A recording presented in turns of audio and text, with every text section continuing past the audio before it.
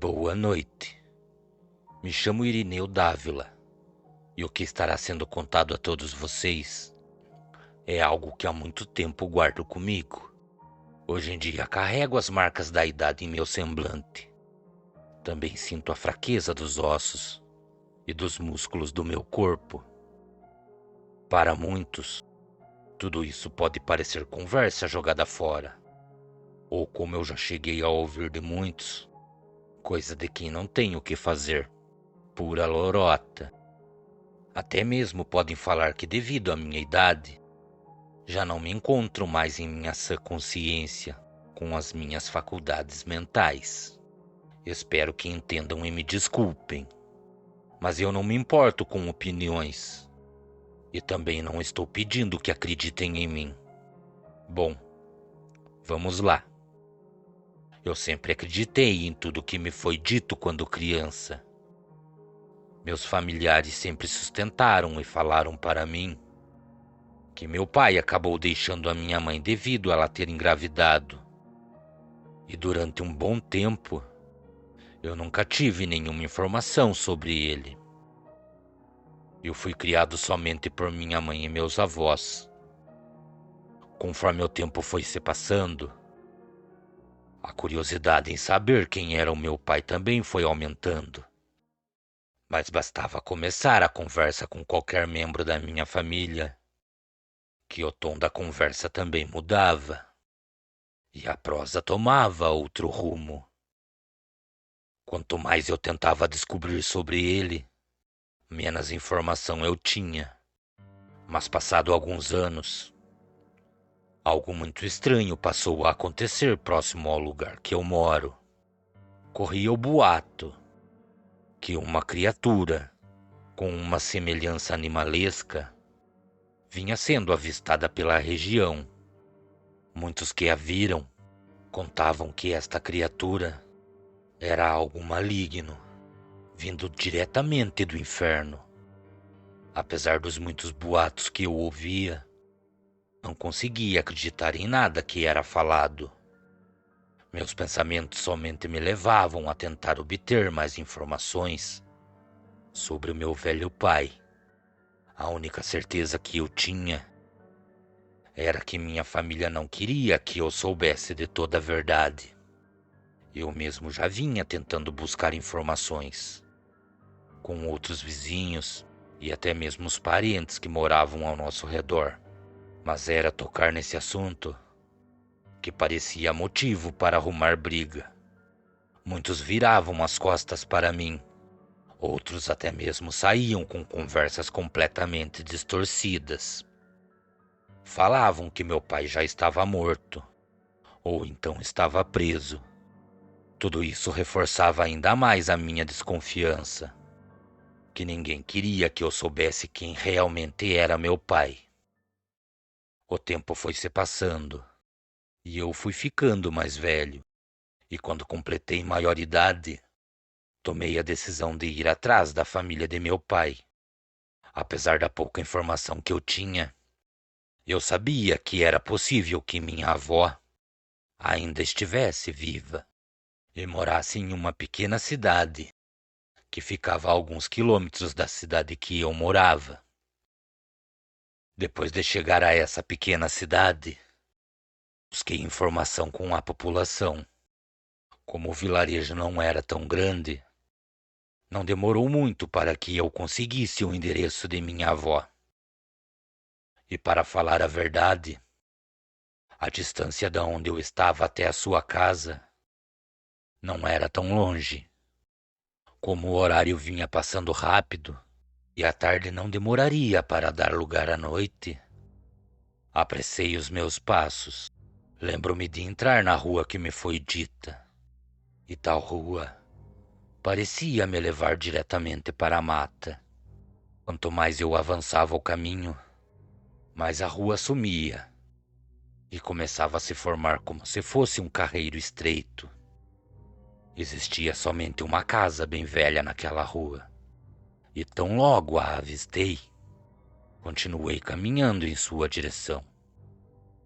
Quando parei em sua frente, notei que era uma casinha bastante humilde. Suas portas e janelas eram feitas de tábuas velhas. O pequeno terreno ao redor daquela velha casa era bem limpo. E também notei que andando pelo terreno havia muitas galinhas. Não demorou muito para que eu visse uma velha senhora já com a idade bastante avançada, saindo de dentro da casa, com os passos bastante lentos. O seu corpo era encurvado para a frente, e ela também usava uma bengala em suas mãos. Era fácil notar que existia uma certa dificuldade para aquela senhora se locomover de um lado para o outro. Minha avó se chamava Clarinda, e por esse nome a chamei por 3 vezes. Então aquela velha senhora parou com o seu olhar voltado ao chão, virou o seu corpo em minha direção e lentamente ergueu apenas um pouco de sua cabeça. Tão logo ela me viu, acabou me convidando para entrar e me aproximar dela. No momento em que fiz isso, arrumei a minha mão e pedi a sua bênção. Ela, não sabendo o que fazer, apenas me abençoou. Sua voz era trêmula, baixa e fraca. E ali mesmo, parado sobre aquele terreiro, ela sussurrou me perguntando quem eu era. Mesmo falando o meu nome, ela não iria me conhecer. Então perguntei para ela se ela era mãe de um homem chamado Genésio Galvão. Ela falou que sim, que esse era o nome de seu filho mais velho. Então falei para ela que esse era o nome de meu pai. Aquela senhora acabou se apoiando em um de meus braços e tive a impressão de ver as suas pernas fraquejarem à minha frente. E foi nesse momento que eu a conduzi para dentro da casa. E tão logo entramos em sua cozinha, notei que pelas paredes daquela velha cozinha havia muitos quadros de santos e também algumas fotos de família. Naquele momento minha avó retomou a conversa, perguntando o que eu estava fazendo naquele lugar. Então a contei que sempre procurei saber quem era o meu pai, mas as informações que eram me dadas eram completamente vagas. Também a perguntei se meu pai morava naquela casa, e ela acabou me respondendo que não. Ela me falou que tão logo meu pai havia se casado com a minha mãe, ele nunca mais retornou para aquele lugar. Mas minha avó acabou me falando algo bastante intrigante. Ela perguntou a minha idade, e tão logo a falei, eu ouvi as suas palavras cansadas falando para que eu não me preocupasse. Também disse que meu pai não demoraria para ir ao meu encontro. Então ela olhou para a sala em direção a uma velha caixa de madeira. E no mesmo momento pediu para que eu a pegasse para ela. Tão logo eu coloquei aquela velha caixa sobre a mesa, ela foi aberta. E lá de dentro a minha avó tirou uma corrente feita com uma tira de couro. E nela havia o que parecia ser algo muito parecido com um patuá. Lentamente ela se levantou de sua cadeira e caminhou em minha direção.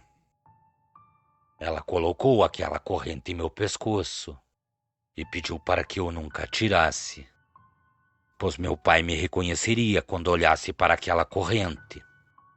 Para minha surpresa, ela também falou algo que mais parecia uma mensagem subliminar. Essa corrente te livrará do mal que virá a te cercar. E esse mesmo mal, a partir de agora, também te protegerá de qualquer cilada que possa estar armada em seu caminho. Mesmo não entendendo nada, aceitei o presente. Depois disso, passamos mais alguns minutos conversando.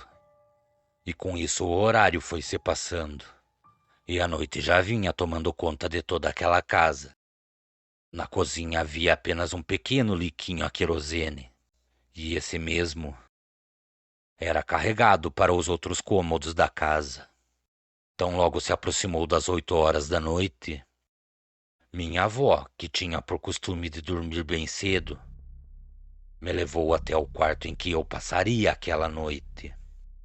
Então ela se despediu de mim colocando a mão sobre a minha cabeça e me abençoando. Cordiais uivos a todos. Boa noite.